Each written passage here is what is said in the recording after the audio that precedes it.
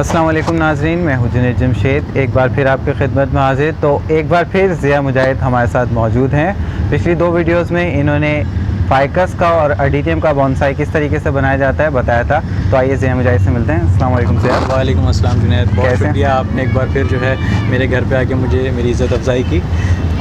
और ज़िया, आज बताएं, आप क्या बताएंगे हमें बॉन्साई से मुतालिक? पिछले प्रोग्राम में मैंने आपको फाइकस का बॉन्साई बनाना सिखाया था और मैंने आपको ये कहा था कि मैं मज़ीद प्रोग्राम्स में इसकी आफ्टर केयर जो है वो बताऊंगा। तो मैंने आपको ये भी बताया था कि अब इस पौधे को 1 साल तक हमने कोई इसकी ट्रेनिंग नहीं करनी। तो चूँकि हमने इस सीरीज़ को आगे लेके चलना है, तो मेरे पास एक और फाइकस का प्लांट है जो कि मैंने पिछले साल जिसका बॉन्साई बनाया था, और आज वो किस शेप में हम देखते हैं और उसके मज़ीद आगे केयर क्या करनी है वो मैं आपको बताऊँगा। यानी कि आप उसकी प्रोनिंग करेंगे, रीशेपिंग करेंगे? जी हाँ, मैं उसकी बिल्कुल रीशेपिंग करूँगा। देखते हैं उसकी ग्रोथ किस तरह की हुई है और वो प्लांट आज किस तरह का है। अस्सलाम वालेकुम नाज़रीन, एक बार फिर आपकी खिदमत में हाज़िर हूँ। फाइकस का बॉन्साई मैंने आपको बनाना सिखाया था पिछले प्रोग्राम में, और मैंने आपको बताया था कि मैं अब इसकी आफ्टर केयर बताऊँगा। तो इसी सिलसिले को हम आगे लेके चलते हैं। और मैंने आपको ये भी कहा था कि उस फाइकस को हमने 1 साल तक अब कुछ नहीं करना। तो ये प्लांट मेरे पास पिछले साल का है। पिछले साल मैंने इसको उसी तरह बिल्कुल बॉन्साई बनाया था और मैं इसको 1 साल तक मैंने इसको कुछ भी नहीं किया। आप देखेंगे इसकी बेसिक जो है शेप मैंने दी हुई है, लेकिन अब इसकी जो है रिफाइनमेंट का वक्त है। 1 साल के बाद अब आप इसकी ग्रोथ देखें, ये चारों तरफ से शाखें निकाल चुका है और बहुत ही घना और हेल्दी पौधा है। अब मैंने इसकी शेपिंग करनी है। सबसे पहले तो मैं इसकी जो वायर्स हैं वो खोलूँगा।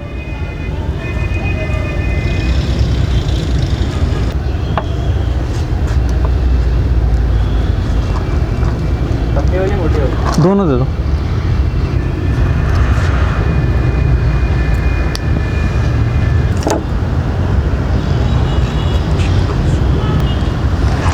जी तो नाज़रीन, इसको मैंने जिन वायर्स के साथ बांधा हुआ था इनकी ब्रांचेस को, वो मैंने काफ़ी सारी ब्रांचेस से जो है वायर हटा दिए।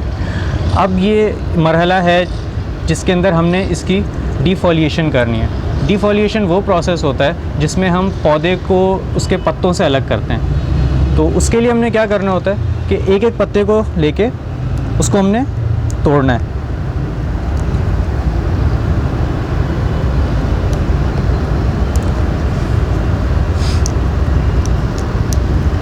ये काम सीज़र से भी हो सकता है, लेकिन सीज़र से हमने देखा है कि वो रिज़ल्ट्स नहीं आते जो डायरेक्टली पत्ता तोड़ने में आते हैं। ये काम आपने फरवरी में करना है, फरवरी के एंड में। इसके बाद फिर लेट हो जाता है। जैसे जैसे गर्मियाँ स्टार्ट होती हैं तो ये अमल फिर नहीं करना चाहिए। सर्दियों के फ़ौरन बाद जब बाहर का मौसम हो तब हमने ये काम करना होता है। इस काम में जितनी भी देर लगे आपको एक एक पत्ता खुद रिमूव करना होगा।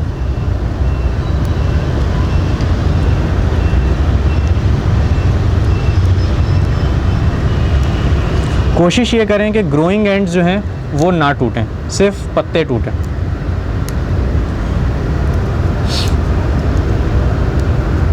आप देखें मैंने एक साइड के तमाम पत्ते जो है रिमूव कर दिए। अब मैं दूसरी साइड पर आता हूँ। ये अमल करने से जो वीक पत्ते होते हैं, चूँकि ये पत्ते पिछले साल के हैं, वो तमाम हम रिमूव कर देंगे और जो नई ग्रोथ होगी वो पत्ते बहुत हेल्दी निकलेंगे।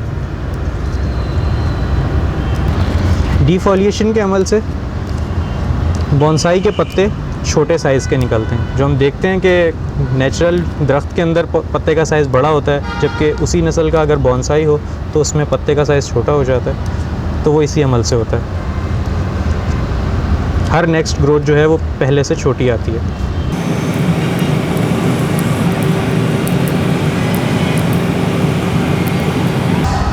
नाज़रीन, तकरीबन तमाम हमने पौधे को जो है वो डिफोलिएट कर दिया है। अब सिर्फ इसके अंदर जो नई ग्रोथ है हमने उसको छोड़ा है, और ये जो नए पत्ते हैं हमने इनको छोड़ दिया है। पुराने तमाम पत्ते जो है वो रिमूव कर दिए हैं। कुछ अगर रह भी जाएँ तो उससे कोई फ़र्क नहीं पड़ता। अब हमने वही अमल दोहराना है इसके साथ जो हमने पिछले साल इसको किया था, यानी वायरिंग। हमने प्राइमरी ब्रांचेस को इसके वायर कर दिया था। अब ये तमाम जो निकली हैं ये नई ब्रांचेस हैं, ये नई ग्रोथ है। अब इनको वायरिंग की ज़रूरत है, वरना ये फिर दोबारा से स्ट्रेट हो जाएंगी और फिर हमारे किसी काम की नहीं होंगी और हमें मजबूरन इनको कट करना पड़ेगा। तो बेहतर ये है कि हम इनको इसी स्टेज के ऊपर दोबारा से वायर कर लें। प्राइमरी ब्रांचेस के बाद ये जो सेकेंडरी ब्रांचेस हैं ये चूँकि सॉफ्ट होती हैं, इसलिए हम इसके लिए बारीक वाला वायर यूज़ करेंगे जो कि सॉफ्ट है, और जहाँ ज़रूरत होगी हमें हम वहाँ पे थिक वायर भी यूज़ कर सकते हैं।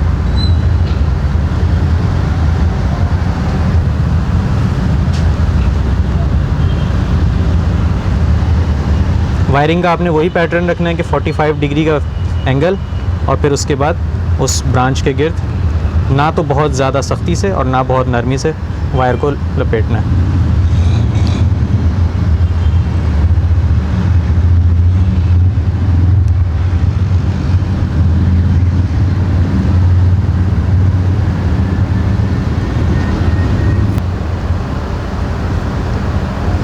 और कोशिश ये करनी है कि ब्रांचेस जो नई निकल रही हैं, नए शूट जो हैं, वो डैमेज ना हो।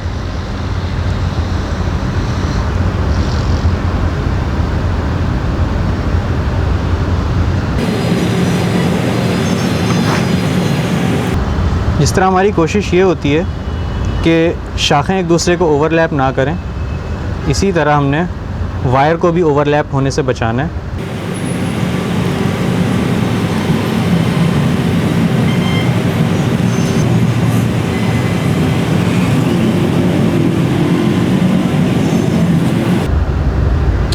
जी तो नाजरीन, तमाम ब्रांचेस हमारी वायर हो चुकी हैं। अब आप देखें कि हमने जो आपको पिछले प्रोग्राम में बताया था कि बोनसाई की शाखें जो होती हैं वो झुकी और कर्व वाली होती हैं। पिछले साल हमने इसकी प्राइमरी वायरिंग की थी, लेकिन उसके बाद अब 1 साल के बाद जो इसकी ग्रोथ हुई है, तो इन शाखों ने जब ग्रोथ किया तो दोबारा अपवर्ड की तरफ हो गया। तो अब ये जो ऊपर की तरफ शाखें जा रही हैं, हमने इनको डाउनवर्ड करने के लिए ये वायरिंग की है। तो अब हम इनको दोबारा से रीशेप करेंगे इनकी असल पोजीशन पे।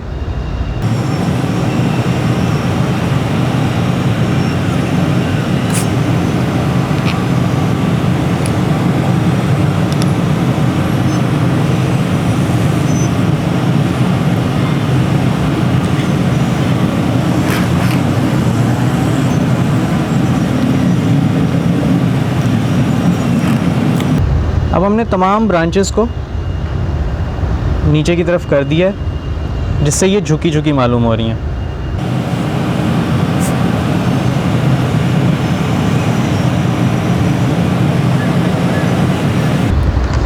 यहाँ पे कुछ ब्रांचेस अब मुझे एक्स्ट्रा नज़र आ रही हैं, जैसा कि ये एक ब्रांच, ये एक्स्ट्रा ब्रांच है, तो इसको हम कट कर देंगे।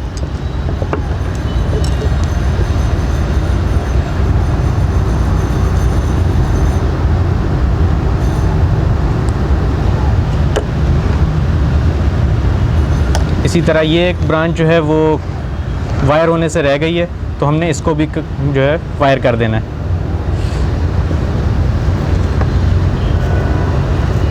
आप देखेंगे वायरिंग के बगैर ये ब्रांच कितनी स्ट्रेट है।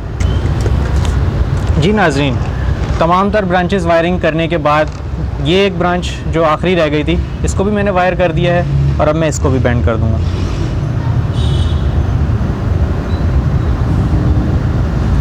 वायरिंग का मकसद पौधे की ग्रोथ को स्टंट करना हरगिज़ नहीं है, इसको सिर्फ शेप करना होता है। अब आप देखें कि तमाम तर ब्रांचेस जो हैं वो वायर हो चुकी हैं। ये एक ब्रांच अभी भी अगर आपको नज़र आ रही है और ये स्ट्रेट है बिल्कुल, तो हमने इसको कट कर देना है, क्योंकि इस ब्रांच की हमें यहाँ पे ज़रूरत नहीं है।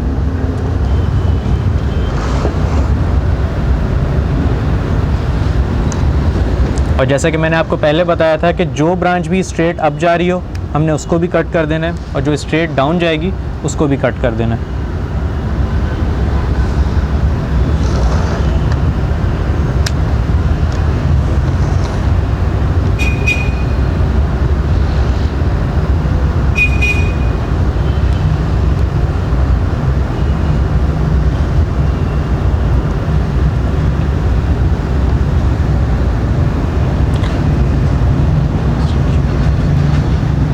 जी नाज़रीन, ये तमाम हमारी बोनसाई की जो ट्रेनिंग थी वो कंप्लीट है यहाँ पे। अब ये अपनी जब इसके पत्ते चूँकि हमने रिमूव कर दिए, तो अब ये नई अपनी शूट्स निकालेगा और एक बार फिर नए जोश और जज्बे के साथ ग्रो करेगा। यहाँ पे आप देखें कि कोई भी ब्रांच एक दूसरे को ओवरलैप नहीं कर रही है। आप इसको फ्रॉम टॉप देखिए, हर ब्रांच बिल्कुल अलहदा है, कोई भी ब्रांच क्रॉस नहीं कर रही किसी को, इसलिए किसी भी ब्रांच की रोशनी और धूप जो है वो नहीं रुकेगी।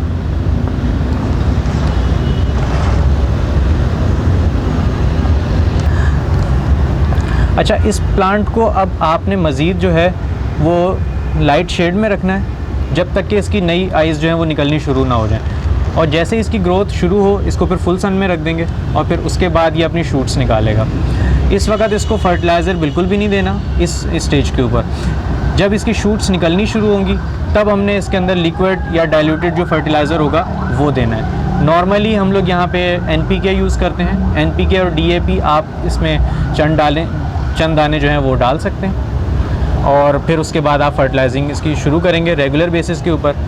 चूँकि ये स्प्रिंग सीज़न चल रहा है कराची में, और यहाँ पे अभी जब समर स्टार्ट होगा तब इसकी ग्रोथ मज़ीद जो है वो तेज़ हो जाएगी, तो तब इसको ज़्यादा फर्टिलाइज़र की ज़रूरत होती है।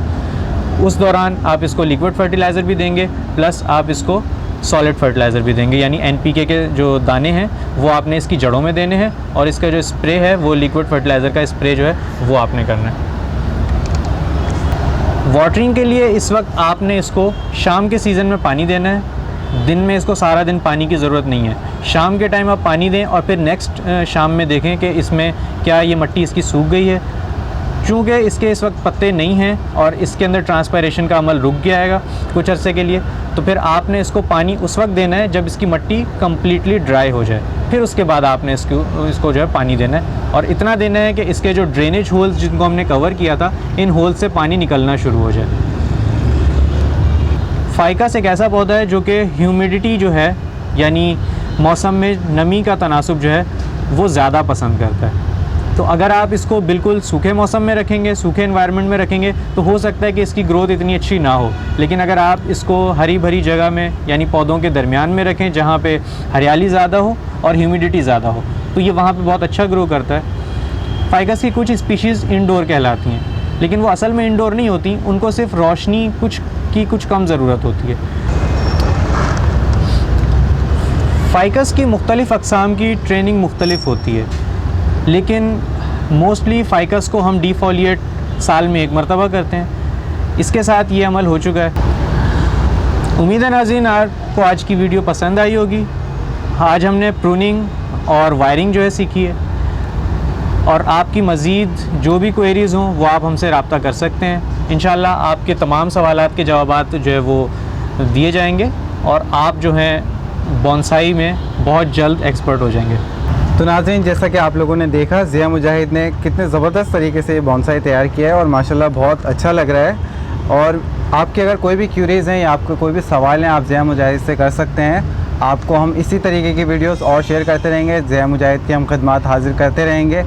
उम्मीद है आपको ये वीडियो पसंद आई होगी। आप हमारा चैनल सब्सक्राइब करें। अगर आप इस तरीके के बोनसाई की और टिप जानना चाहते हैं तो ज़िया मुजाहिद हमारे साथ हैं। मुझे और मेरी टीम को इजाज़त दीजिए। अल्लाह हाफ़िज़।